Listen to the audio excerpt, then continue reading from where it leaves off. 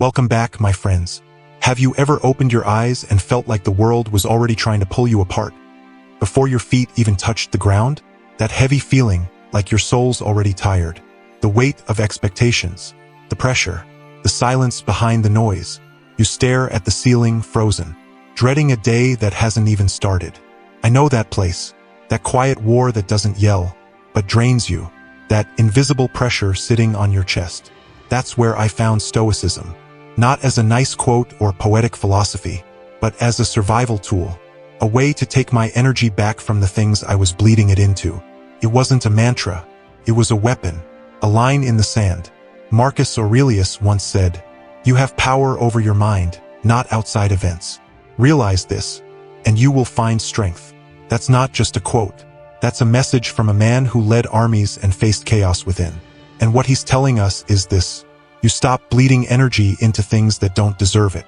You stop handing out your peace like it's disposable. This isn't about pretending life is soft. It's about learning how to be unshakable, even in the fire. To rise, when everything else is telling you to stay down. Today isn't about comfort. It's not a lesson. It's a reckoning. You're about to remember who you are. We're not walking through 5 fluffy tips. We're tearing into 5 brutal truths, each one forged with Stoic steel and real-world scars. This isn't for those who want to stay asleep. This is for those who are done being tired, done being scattered, done waking up empty. You are not broken. You are drained, and that's about to change. Before we dive in, don't just passively scroll. Hit the like button like you're anchoring yourself back into your power. Comment below, "I am the master of my energy." Say it like you mean it, and share this with someone hiding their pain behind a strong face. Subscribe, because what's coming isn't just content.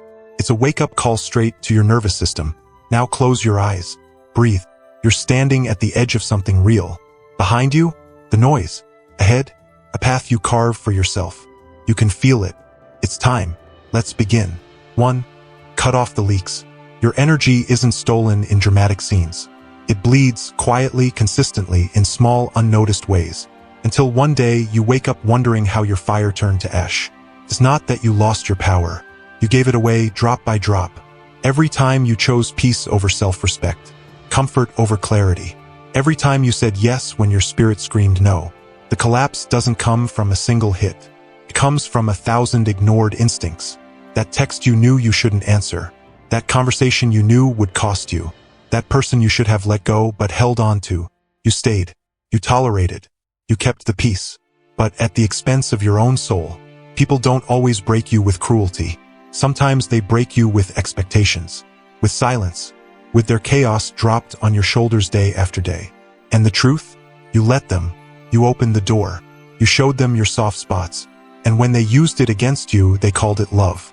Marcus Aurelius said, "If you are pained by any external thing, it is not this thing that disturbs you, but your judgment about it. And it is in your power to wipe out this judgment."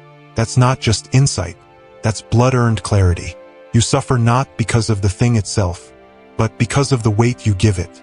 You hurt because you assign meaning to things that don't deserve your energy. You're not confused. You're overwhelmed. You're not broken. You're overexposed. Your spirit isn't gone. It's buried beneath a pile of obligations and fake peace. So what do? You cut the leaks. Ruthlessly. Cleanly. You don't owe an explanation. You owe yourself peace. Let the door close. Let silence speak for you. Let absence echo louder than any words. You are not a well for the ungrateful. You are not a power source for those who never recharge you. You are not a crutch for people who refuse to walk. You are fire. Start acting like it. You are sacred ground. Not everyone deserves to stand on you. So cut off the leaks. Not later. Not gently. Now. Because every drop of energy wasted on the wrong people is stolen from the man you were meant to become. 2. Your attention is your kingdom. Guard it with teeth. What you focus on is what you fuel. What you fuel becomes your fate. It's that simple. Every second you give to noise, to arguments, to distractions, to the endless scroll, you hand over a piece of your throne, and they're squatting in your mind rent-free, while your real life collects dust. This isn't just about time. This is about identity. Your attention is gold in a world starving for meaning. And if you give it away like it's nothing, don't be surprised when you feel drained, lost, and disconnected from yourself. You don't lose focus in an explosion. You bleed it out in whispers, ping by ping, scroll by scroll, comment by comment. 1 minute you're planning your future. The next, you're watching strangers yell into the void. None of it feeding you, all of it distracting you. And you wonder why you're anxious, why your goals feel distant, why your fire flickers and your clarity dims. It's not because you're weak. It's because your mind's been hijacked. Not by some enemy in the shadows, but by the slow erosion of wasted focus. Seneca once said, "There is nothing the busy man is less busy with than living." That's the dagger, the wake-up call. You can spend your entire life in motion and never once truly live. So pull it back. All of it. Turn off your phone without guilt. Let the messages sit unanswered. Let people call you distant while you rebuild in silence. Your future doesn't need to be liked. It needs to be built, brick by brick, with sacred attention. Lock the gates. Draw the line. If it doesn't build you, it's breaking you. If it doesn't lift your vision, it's lowering your power. Your attention is your kingdom, and you are either the ruler who protects it or the servant who hands it away. Choose. 3. Stop explaining yourself. Your energy is not a negotiation. There comes a moment when you have to stop shrinking, just to fit inside someone else's understanding. Stop handing out explanations like apologies to people who never planned to listen in the first place. You weren't made to be a press release. You weren't born to be dissected, doubted, or defended. You were made to move with clarity, and clarity scares people who thrive on confusion. Every time you justify your boundaries, every time you explain why you didn't text back, why you walked away, why your energy didn't match their dysfunction, you lose power, bit by bit, word by word. You're not cold, you're not rude, you're not arrogant, you're clear. And that clarity, it makes people uncomfortable, especially those who relied on your silence to stay in control. You don't owe anyone a receipt for how you protect your soul. Let your silence be the statement. Let your peace be the proof. Epictetus said, "If anyone speaks ill of you, do not defend yourself. Instead say, 'He was unaware of my other faults,' or 'he would not have mentioned only these.'" That's not sarcasm. That's freedom. You don't chase validation. You don't beg to be understood. You move, with or without applause, because your energy isn't up for negotiation. Your purpose isn't up for debate, and your peace isn't a group project. That's not just confidence. That's command. That's the kind of self-possession that turns noise into background static. You don't shrink to make others feel safe. You don't explain truth to people addicted to their own lies. Let them choke on their assumptions. You've got empires to build. The more you explain, the more you bleed. The more you argue, the more you scatter your fire across battlefields that were never yours to begin with. And here's the truth. The ones demanding the most explanation, they never planned to believe you anyway. They're not listening. They're gathering ammo. Stop handing them the bullets. Start walking in silence. Let your distance be your answer. Let your absence echo louder than any defense ever could. The moment you stop explaining is the moment you start reclaiming your energy, your peace, your power. If your presence is questioned, let your absence write the story. If your boundaries are tested, enforce them without blinking. No apologies, no explanations, just action. You are not a debate. You are not an option. You are not the customer service line for your own spirit. You are not here to break yourself down into bite-sized pieces for people who refuse to digest the whole truth of you. Let them chew on the silence. Let them sit with the echo of your non-response. Let them wonder why you stopped showing up, and let them never get the answer. Your energy isn't a negotiation. It's a declaration. And the moment you make peace with being misunderstood, you become untouchable. 4. Master your mornings. That's where your energy is forged. The battle for your life doesn't start when it gets loud. It starts in the silence. It starts with the first breath, before the world even knows you're awake. Your morning isn't just another part of the day. It's the forge. It's the furnace. It's where your mind is sharpened or shattered. You don't wake up powerful by accident. You train for it. You earn it. And it begins the second your eyes open. If the first thing you touch is your phone, you've already lost. You've handed over the wheel. Before your feet hit the ground, you've let strangers into your mind. You've let headlines dictate your spirit. You've let the chaos of the world infect your stillness. You can't lead your life if you begin it like a servant, scrolling, reacting, consuming. Your mind was made for clarity, not chaos. Your power begins in what you do when no one's watching. How you breathe in the dark. How you sit with the silence. How you face the parts of yourself that can't be distracted away. Your morning is sacred ground. It's your declaration. Today I lead. Not my mood. Not my cravings. Not my past. Me. The Stoics lived this. Discipline wasn't trendy, it was survival. It was armor. Marcus Aurelius rose each day and reminded himself, when you arise in the morning, think of what a privilege it is to be alive.